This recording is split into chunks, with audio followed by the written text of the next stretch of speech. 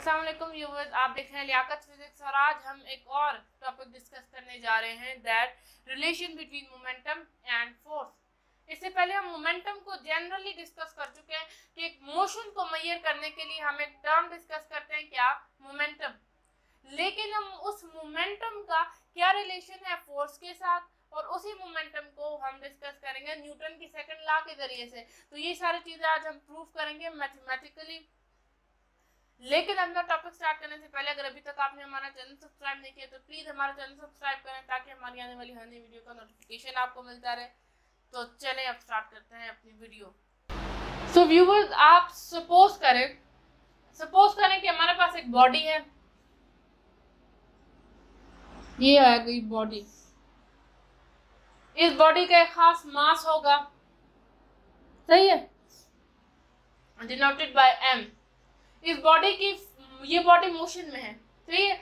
इस बॉडी की अपनी एक खास वेलोसिटी होगी, जिस वेलोसिटी से ये बॉडी मूव कर रही है उस वेलोसिटी को हम कह देते हैं वेलोसिटी इनिशियल, सही है। एज अ होल मास भी मौजूद है और वेलोसिटी भी मौजूद है, तो एज अ होल इस बॉडी का अपने खास मोमेंटम होगा, उस मोमेंटम को हम कह देते हैं मोमेंटम इनिशियल। लेकिन अब क्या हुआ, बाहर से एक एक्सटर्नल फोर्स अप्लाई हो गई है जी, यहां से एक एक्सटर्नल फोर्स अप्लाई हो गई है F। ये एक्सटर्नल फोर्स अप्लाई होने के बाद बॉडी के अंदर चेंज आया। क्या चेंज आया? बॉडी की फोर्स अप्लाई होने की वजह से वेलोसिटी चेंज हो गई है, इंक्रीज हो गई है या चेंज आ गया उसमें, सही है। तो यहाँ पर वही बॉडी मौजूद है अपनी उस वेलोसिटी के चेंज होने के बाद। यहाँ पर उसकी वेलोसिटी चेंज हो गई है, वेलोसिटी फाइनल, मास उसका वही है m, लेकिन जो मोमेंटम है मोमेंटम भी चेंज हुआ है। मोमेंटम क्या चेंज हो गया है? पहले तो वो मोमेंटम इनिशियल, अब वो बन गया मोमेंटम फाइनल, सही है, उस फोर्स के अप्लाई होने के बाद।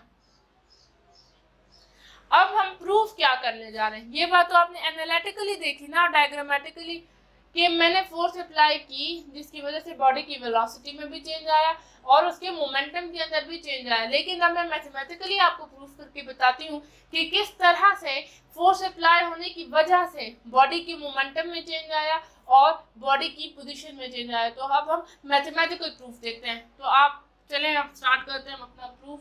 तो हमारे पास मोमेंटम का फार्मूला क्या है? मोमेंटम का फार्मूला है हमारे पास p vector is equal to mv, which is equation number a। अब हम दोनों केसेस को वन बाय वन डिस्कस करते हैं। पहले इस केस को लेते हैं, केस नंबर 1, फिर केस नंबर 2 को लेते हैं। पहले केस नंबर 1 डिस्कस करते हैं। तो देखिए केस नंबर 1 में क्या सीन है हमारे पास। जब मोमेंटम था हमारे पास, मोमेंटम इनिशियल जब था तो मास क्या था हमारे पास, m, लेकिन वेलोसिटी थी उस वक्त वेलोसिटी इनिशियल, सही है। तो ये हो गया हमारे पास इक्वेशन नंबर 1। अब हम डिस्कस करने जा रहे हैं केस नंबर 2 को। केस नंबर 2 में जब फोर्स अप्लाई हो गई तो बॉडी के अंदर क्या चेंज आया?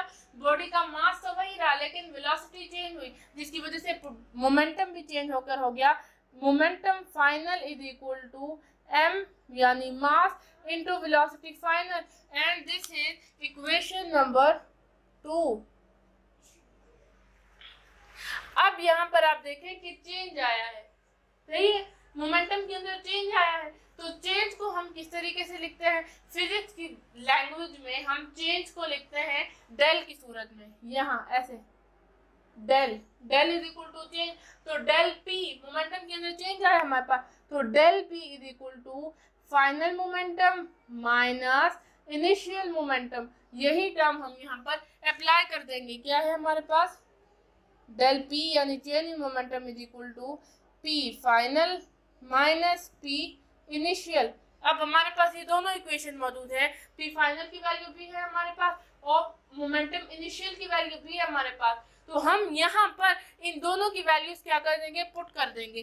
तो change in momentum is equal to momentum final यानी mass into velocity final minus momentum initial की value mass into velocity initial, सही है। अब आप देखिए इन दोनों के अंदर मास कॉमन है तो हम मास को कॉमन कर लेंगे, जो कि हम करते हैं। Mass into velocity final minus velocity initial. ये हो गया हमारे पास इक्वेशन नंबर 3। नोट कर लें आप इसे। अब हम यहाँ आ जाते हैं। यहाँ अगर आप देखें इक्वेशन से हमारे पास कुछ ये कि डेल पी, इक्वेशन है हमारे पास कि डेल पी यानी change in momentum is equal to M into velocity final minus velocity initial. देखें अब यहाँ पर फिर आप देखें वेलोसिटी के अंदर चेंज आ रहा है हमारे पास, वेलोसिटी फाइनल है माइनस वेलोसिटी इनिशियल है। मैंने पहले भी आपको बताया कि final momentum minus initial momentum यानी कि मोमेंटम के अंदर चेंज आया है। यहाँ पर देखें वेलोसिटी से हम फाइनल वेलोसिटी से इनिशियल वेलोसिटी माइनस कर रहे हैं यानी कि हमारे पास चेंज इन वेलोसिटी निकलेगी। तो हम इस तरीके से उसे लिख सकते हैं that del P is equal to mass into del V. अब हम क्या करेंगे, dividing change in time on both side.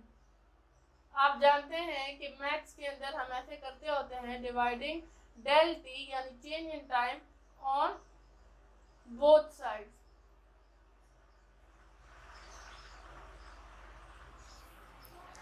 हम या तो प्लस और माइनस करते हैं दोनों साइड्स पे या तो मल्टीप्लाई और डिवाइड कर देते हैं। सही है, तो हम दोनों साइड्स पे डेल टी डिवाइड कर देंगे तो इक्वालिटी पे कोई असर नहीं आएगा। तो देखिए ये हो जाएगा del P divided by del T is equal to M into del V divided by del T. आप देखिए change in velocity into change in time किस चीज की इक्वल है, change in velocity into change in time equal है हमारे पास acceleration के। तो वो एक्सेलरेशन अगर मैं यहाँ पुट कर दूं del P change in momentum divided by change in time is equal to mass into acceleration. और मास और एक्सेलरेशन किस चीज की इक्वल है, F is equal to M में फोर्स इक्वल है मास के और एक्सेलरेशन के। तो यहाँ पर मैं क्या पुट कर दूंगी, यहाँ पर मैं पुट कर दूंगी फोर्स को del P divided by del T is equal to F. और ये हमारे पास हमारा प्रूफ है। देखें आप, ये हमें बताता है न्यूटन की सेकंड लॉ ऑफ मोशन को भी कि अगर हम फोर्स अप्लाई कर रहे हैं, चाहिए किसी बॉडी के मोमेंटम में चेंज कब आ रहा है, अगर उस पर फोर्स अप्लाई हो with respect to change in time. Momentum में चेंज आने के साथ साथ वक्त में भी चेंज आएगा जो कि नेचुरल प्रोसेस है। और वो किस वजह से आएगा, वो फोर्स की वजह से आएगा। और यही हमारा आज का प्रूफ था। और ये प्रूफ हमें बताता है किसके बारे में, रिलेशन बताता है मोमेंटम और फोर्स के बारे में। क्लियर हो गया आपको, आप लोग क्लियर हो गए होंगे इस टॉपिक को लेकर। अगर आपको इससे रिलेटेड कोई भी इशू हो तो आप मुझे कमेंट बॉक्स में बता सकते हैं। Thank you so much.